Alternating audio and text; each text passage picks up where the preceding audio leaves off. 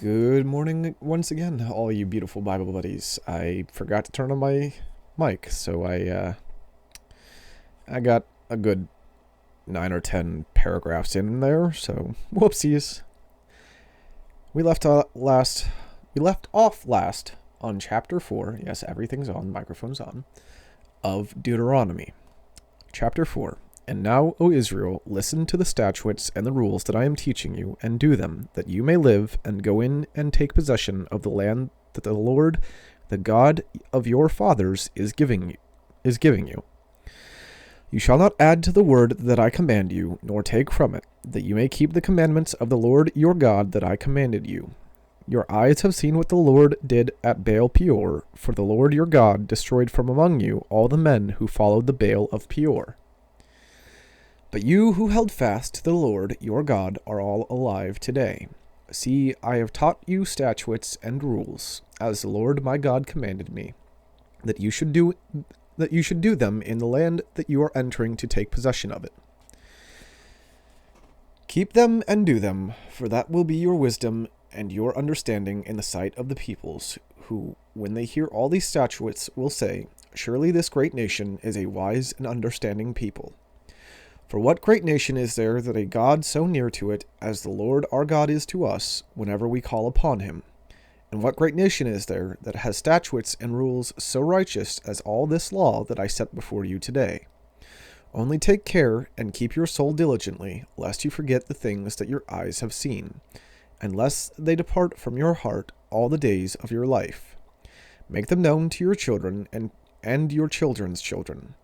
How on the day that you stood before the Lord your God at Horeb, the Lord said to me, Gather the people to me, that I may let them hear my words, so that they may learn to fear me all the days that they live on the earth, and that they may teach their children so.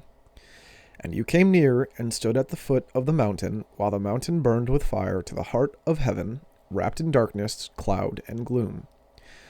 Then the Lord spoke to you out of the midst of the fire. You heard the sound of words, but saw no form. There was only a voice.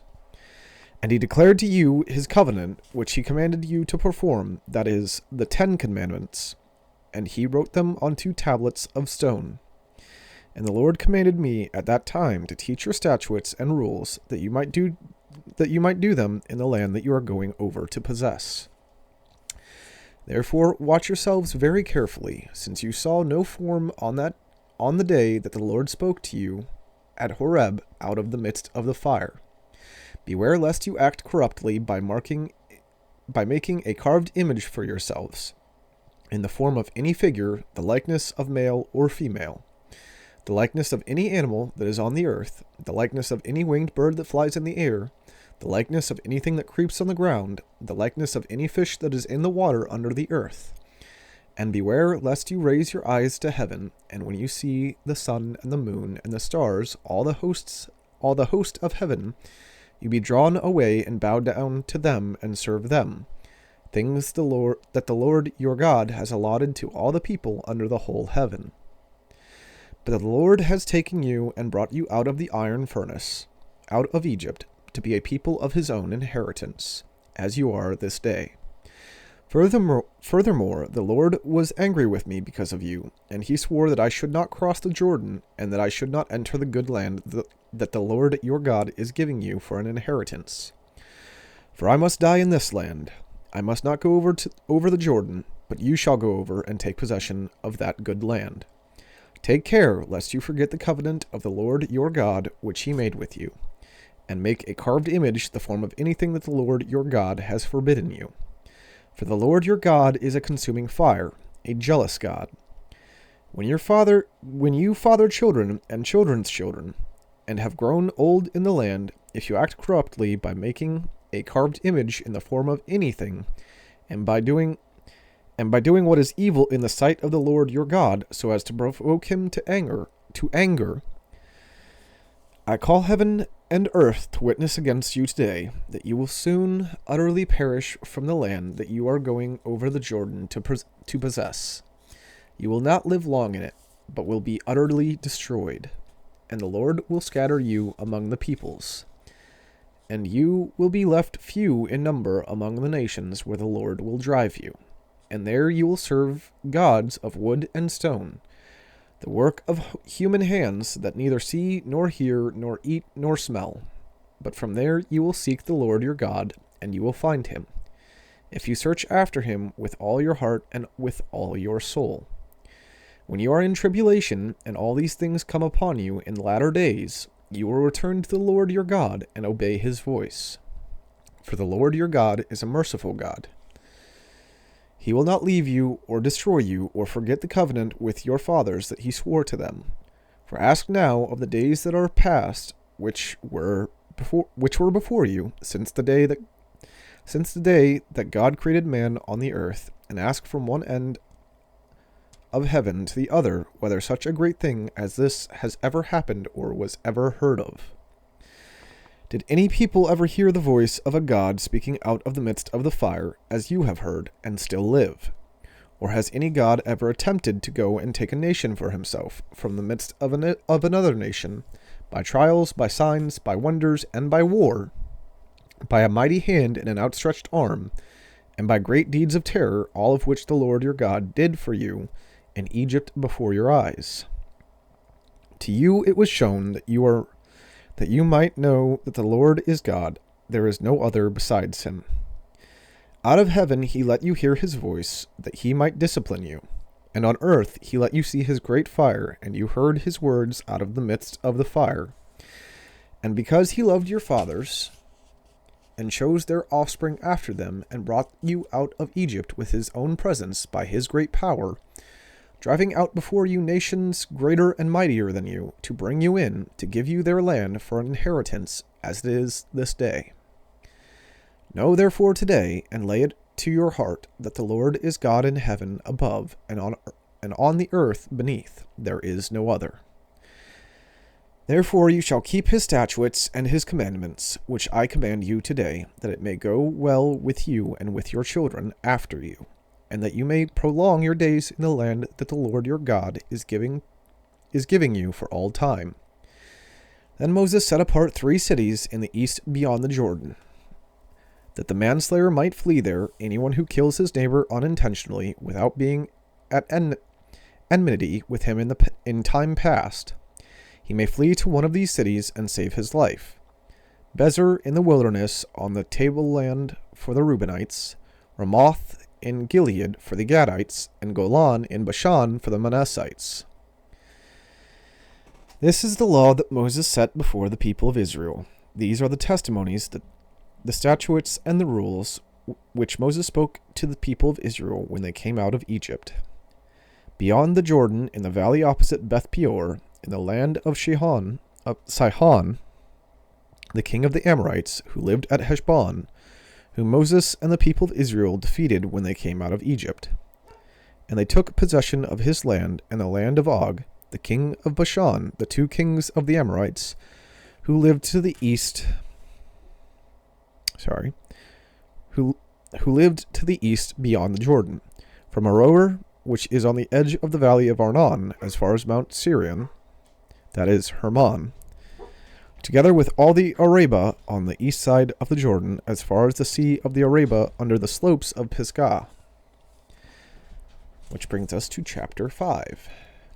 And Moses summoned all Israel and said to them, Hear, O Israel, the statutes and the rules that I speak in your hearing today, and you shall learn them and be careful to do them.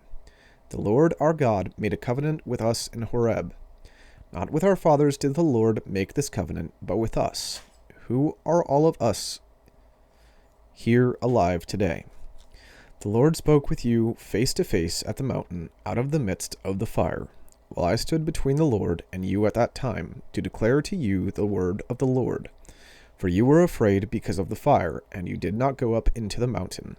He said, I am the Lord your God, who brought you out of the land of Egypt, out of the house of slavery. You shall have no other gods before me. You shall not make for yourself a carved image or any likeness of anything that is in heaven above, or that is on the earth beneath, or that is in the water under the earth. You shall not bow down to them or serve them, for I, the Lord your God, am a jealous God, visiting the iniquity of the fathers on the children to the 3rd and 4th generation of those who hate me, but showing steadfast love to thousands of those who love me and keep my commandments. You shall not take the name of the Lord your God in vain, for the Lord will not hold him guiltless who takes his name in vain. Observe the Sabbath day, to keep it holy, as the Lord your God commanded you. 6 days you shall labor and do all your work, but the seventh day is a Sabbath to the Lord your God. On it you shall not do any work, you or your son or your daughter or your male servant or your female servant or your ox or your donkey or any of your livestock, or the sojourner who is within your gates, that your male servant and your female servant may rest as well as you. You shall remember that you were a slave in the land of Egypt, and the Lord your God brought you out from there with a mighty hand and an outstretched arm. Therefore the Lord your God commanded you to keep the Sabbath day. Honor your father and your mother, as the Lord your God commanded you, that your days may be long, and that it may go well with you in the land that the Lord your God is giving you. You shall not murder, and you shall not commit adultery, and you shall not steal, and you shall not bear false witness against your neighbor, and you shall not covet your neighbor's wife, and you shall not desire your neighbor's house, his field, or his male servant, or his female servant, his ox, or his donkey, or anything that is your neighbor's. These words the Lord spoke to all your assembly at the mountain out of the midst of the fire, the cloud, and the thick darkness, with a loud voice. And he added no more. And he wrote them on 2 tablets of stone, and gave them to me. And as soon as you heard the voice out of the midst of the darkness, while the mountain was burning with fire, you came near to me, all the heads of your tribes and your elders. And you said, Behold, the Lord our God has shown us his glory and greatness, and we have heard his voice out of the midst of the fire. This day we have seen God speak with man, and man still live. Now therefore, why should we die? For this great fire will consume us. If we hear the voice of the Lord our God any more, we shall die. For who is there of all flesh that has heard the voice of the living God speaking out of the midst of fire as we have, and has still lived? Go near and hear all that the Lord our God will say, and speak to us. Sorry, I'm getting prepared to turn the page. Darn it. I know there's another page there. There we go. Sorry. Go near and hear all that the Lord our God will say, and speak to us all that the Lord our God will speak. Go near and hear... I'm going to restart from the bottom of the page just to make sure I'm not missing anything. Now therefore, why should we die? For this great fire will consume us. If we hear the voice of the Lord our God any more, we shall die. For who is there of all flesh that he has heard the voice of the living God speaking out of the midst of fire as we have, and has still lived? Go near and hear all that the Lord our God will say, and speak to us all that the Lord our God will speak to you, and we will hear and do it. And the Lord heard your words when you spoke to me, and the Lord said to me, I have heard the words of this people, which they have spoken to you. They are right in all that they have spoken. Oh, that they have such a heart as this always, to fear me and to keep all my commandments, that it might go well with them and with their descendants forever. Go and say to them, Return to your tents. But you, stand here by me, and I will tell you the whole commandment and the statutes and the rules that you shall teach them, that they may do them in the land that I am giving them to possess. You shall be careful, therefore, to do as the Lord your God has commanded you. You shall not turn aside to the right hand or to the left. You shall walk in all the way that the Lord your God has commanded you, that you may live, and that it may go well with you, and that you may live long in the land that you shall possess. Chapter 6. Now this is the commandment, the statutes, and the rules that the Lord your God commanded me to teach you, that you may do them in the land to which you are going over, to possess it, that you may fear the Lord your God, and you and your son and your son's son, by keeping all his statutes and his commandments, which I command you all the days of your life, and that your days may be long.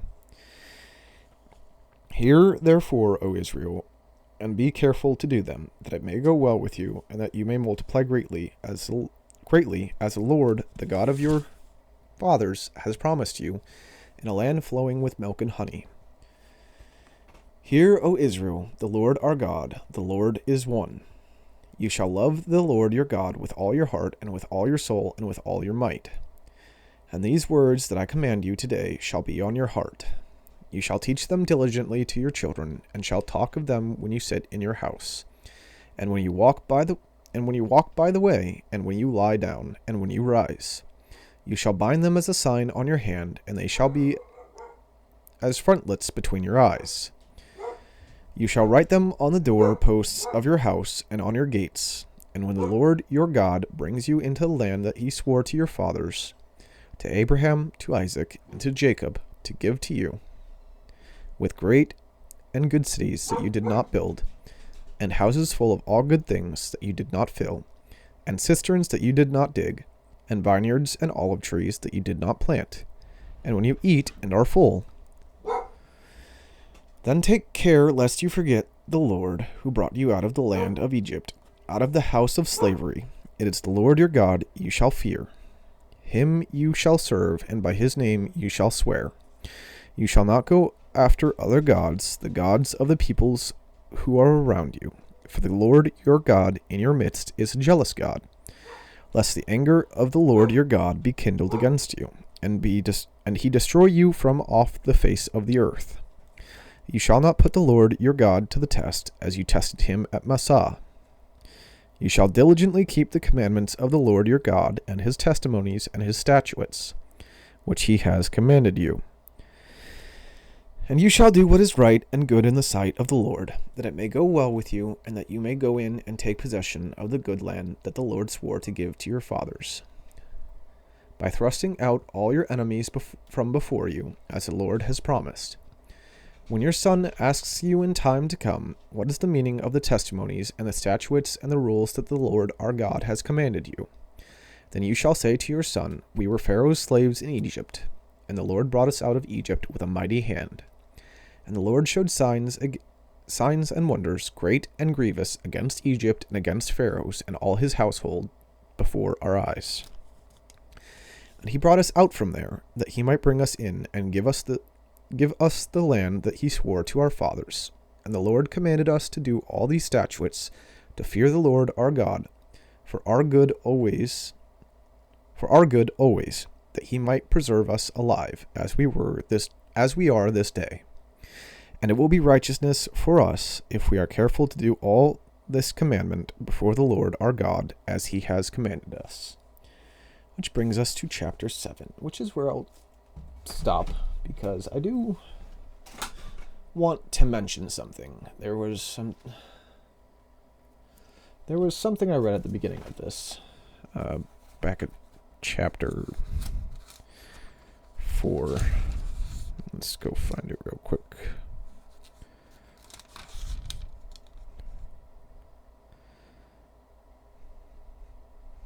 Was it chapter 4? Well,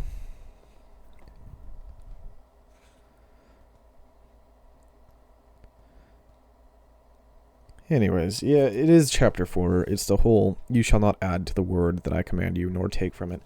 And this is a little bit of a weird thing, because, there are people out there that have really old Bibles, like extremely old Bibles, that have a bunch of books in there that aren't entirely, like, I don't know if this Bible, it's a ESV Bible, it's a Gideon Bible, has them in it. But yeah, and obviously they're probably different writing and whatnot. I'd personally like to see one day and probably even read it, however long that takes. I don't want to take it or anything, obviously, but like to read it would be cool, because it feels like, because the ESV is like the English Standardized Version, I think is what it stands for. It's kind of why I don't read the King James Version, is because, honestly, I'm left wondering if we as humanity, and I'm not talking like the good portion that wants to believe in God, but I'm talking the bad portion where the Bible was actually used against them in the ways it was meant to be used against them, decided, well, they're successors saw that and was like, okay, well, now we'll figure out how to weasel our way through this, because, the devil prowls the earth and whatnot and all that jazz. Do I know that for certain? I don't. But sometimes, I'm not going to lie, it kind of feels like it. Oh, and that was the other thing. So another thing that I was kind of thinking while I was reading is that I'm not going to speak for God, obviously, Lord, I do not wish to speak for you. But it's sort of more of an idea that I had, of God and of his plan that, if you're in like science or whatever, and you have too much of one solution, well, and you want to make it a weaker solution, well, what is the solution? And the solution is dissolution, which, if I'm correct, and I'm not mixing that word up with something else, I may be mixing it up with something else, but you make it weaker by adding, say, water to it. So an idea that I had is maybe God's plan to save us. And mind you, again, I'm just talking out my talking. I'm just talking. So I don't have any proof for this or whatever, but whatever. It's just something that popped in my mind. Is that what if God's plan to save us, because I heard somewhere at some point where people were like, hey, we missed the people that got, because, Old Testament and New Testament now, like, hey, we miss people, and God's just like, don't worry, there's a plan to save people. Well, what if his plan, because, again, we're not all... It seems that there's a heavy focus on the Israelites. And another little bit to this is that I feel like there's three different groups here, okay? Funny how the number 3 repeats like that. Father, Son, Holy Spirit. Anyways, moving on, is that there's the Israelites, which there's been a whole debate and debacle on whether they mean just the sons of Jacob, I believe is who got the name got the name Israel from God himself. And then there's the Hebrews, who are also just Israelites, but not. And then there's the Jews, who are also Israelites or not, but also not. It's super weird. And then there's the whole fact of the matter of Islam. Supposedly is the religion that came from Ishmael. An Ishmael side of things, which is something that we have not really gotten into hardly at all. But we have read about Ishmael, I do believe. It was the son of the servant woman from Noah? Maybe it wasn't Noah, but anyways, one of the ones that we've already read. So there's all of that, but it really feels like, again, the Hebrews are they just synonymous? Like, I don't know. That feels weird to say, but yeah, my idea is that obviously the Israelites probably went out and, I mean, sort of in a Genghis Khan type way. One of my family members did a whole like ancestry DNA thing, and they're like, yeah, you're an Israelite. There's some Jewish or Israel, not Jewish. I doubt it's Jewish. I don't know. But anyways, you're just like, your point when I'm just like, dude, that matters so little to me. But at the same time, like, cool. Supposedly God's chosen people. But like, yeah, like if that's God's great plan, like, cool. Keep at it, bro. I love that for all of us and for the future and to be saved. But at the same time, I don't know. It was just an idea that I've had for a while now, and it's just like, the solution is dissolution or something. Yeah. Anyways. And then there was just sort of a testimony in a way that I want to, because there's one that I don't want to talk about because I'm still sort of reeling from it, but this one I can and will talk about because it has to do with, a normal Catholic, because I'm Catholic, born and raised, but Catholic, faith and whatnot, is that confession. Obviously, I had my first confession when I was like, I don't know, 9 or 10. And, I won't lie, I wasn't the greatest child. I wasn't perfect, but that goes into a lot of stuff that I don't want to be making this any longer than it already has to be. So, obviously, I went in, I talked to the priest, and, admitted everything that I did as best to my memory as I could and whatnot. And I came out of there legitimately feeling better and lighter and happier and everything like that. Man, that was, I won't lie, I've done some drugs before, and if I could compare that to doing drugs, like, closest one would be, well, I don't want to make that comparison. Anyways, fact of the matter being is that it was probably better than any drug I've ever done, which is a good few, but not a lot. But then I went to confession not too long ago for the second time ever, and I don't know, it took some talking with my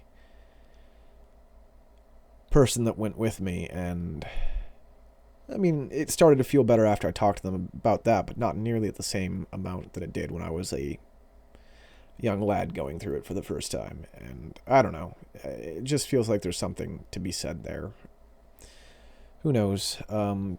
Because there was a good portion of my life where I've kind of turned away from God, and this is me turning back. And I don't know if I've mentioned that all before, but it is what it is. And somebody I talked to, like what kind of testimony or where did you feel God the most? And they said it was when they took their communion for the first time. I do believe he said the practice one tasted weird, but the real one tasted different. And I was like, okay, I'm not going to judge anybody else's faith or feelings or journey with God. So I don't know. It's so much, and I wish things could be different or have happened differently. And I guess I'm just feeling so lost in life because, well, yeah, I don't know.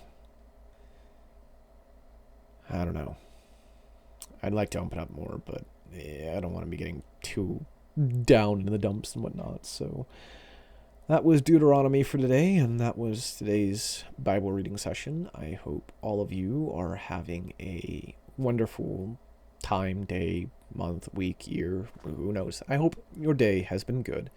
And that is all for today's Bible study session. God bless.